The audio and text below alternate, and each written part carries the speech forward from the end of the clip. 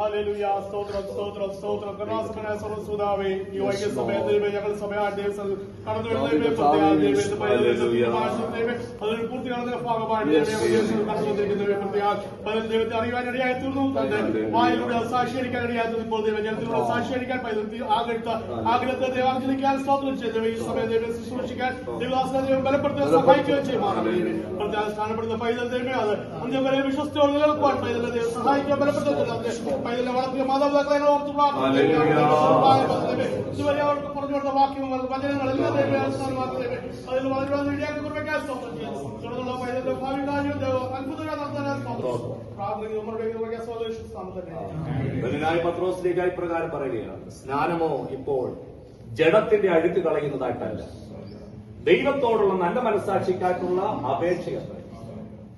ഇന്ന് ഈ സ്നാനക്കുളത്തിൽ പ്രിയമായത് സ്നാനപ്പെടുമ്പോൾ അവരുടെ നാവിൽ നിന്നൊരു പ്രാർത്ഥന ഉയരുന്നില്ലെങ്കിലും ഞാൻ വിശ്വസിക്കുന്നു അന്തരാത്മാവിന്റെ ഒരു പ്രാർത്ഥനയുണ്ട്. ദൈവത്തോട് നല്ല മനസ്സാക്ഷിക്കാട്ടൊരു അപേക്ഷ അതൊരു പ്രാർത്ഥനയായിട്ട് ഉയരുകയാണ്. വാസ്തവത്തിൽ അതാണ് സ്നാനം എന്ന് പറയുന്നത്. ദൈവത്തിന് സ്തോത്രം. യേശുക്രിസ്തുവിനോട് ചേരുന്നതാണ് സ്നാനം. യേശു കർത്താവിനെ ധരിക്കുന്നതാണ് സ്നാനം എന്ന് പറയുന്നത്. വിശ്വസിക്കുകയും സ്നാനമേൽക്കുകയും ചെയ്യുന്നവൻ രക്ഷിക്കപ്പെടുന്ന ദൈവത്തിന്റെ വചനമാണ്.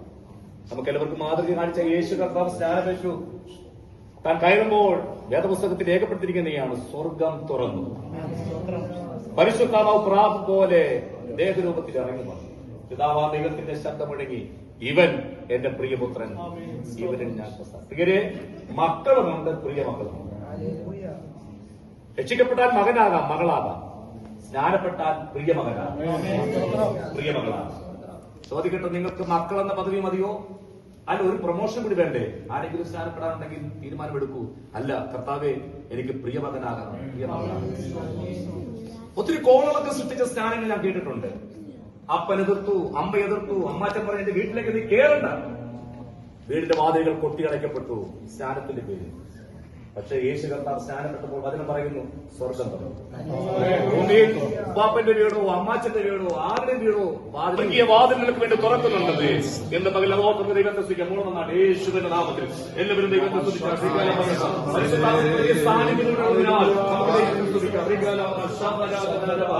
യേശു ക്രിസ്തുവിന്റെ അധികാരമുള്ള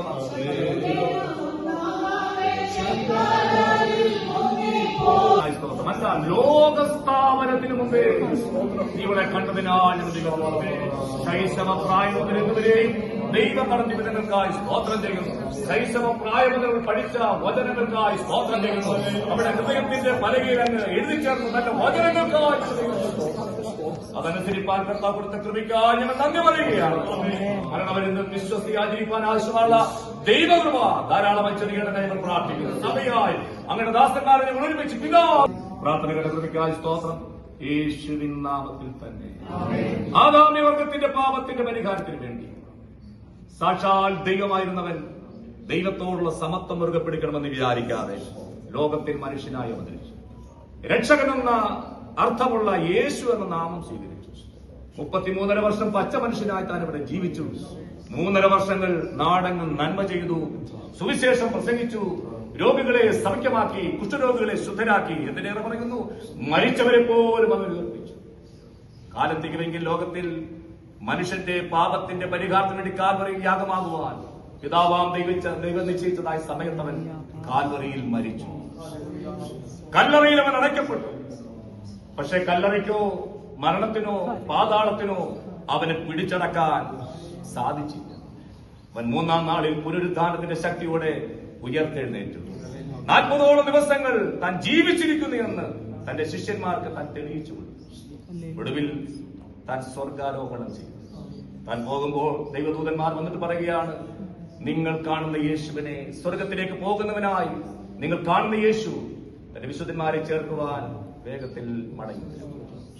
ഈ വലിയവനായ ദൈവം, മഹത്വവനായ കർത്താവ്, കൃപമോളുടെ രക്ഷകനെന്നും വീണ്ടെടുപ്പുകാരനെന്നും സാക്ഷാൽ ദൈവത്തിന്റെ പുത്രനെന്നും നീ വിശ്വസിക്കുന്നുവോ? വിശ്വസിക്കുന്നവരെ സ്നാനപ്പെടുത്തുവിനെന്നത് ദൈവത്തിന്റെ കൽപ്പനയാകയാൽ നിന്റെ സാക്ഷിയിൽ വചനഖേദമാകയാലും ഈ സ്നാനപ്പെടുത്തി ഞാൻ നിന്നെ പിതാവിന്റെയും പുത്രന്റെയും പരിശുദ്ധാത്മാവിന്റെയും നാമത്തിൽ സ്നാനപ്പെടുത്തുന്നു. മരണപര്യന്തം വിശ്വസ്തയായിരിക്കാം, എന്നാൽ ജീവന്റെ കിരീടം നിനക്ക് ലഭിക്കും. ജയം ജയം ഹല്ലേലൂയ, ജയം ജയം എപ്പോഴും ജയം.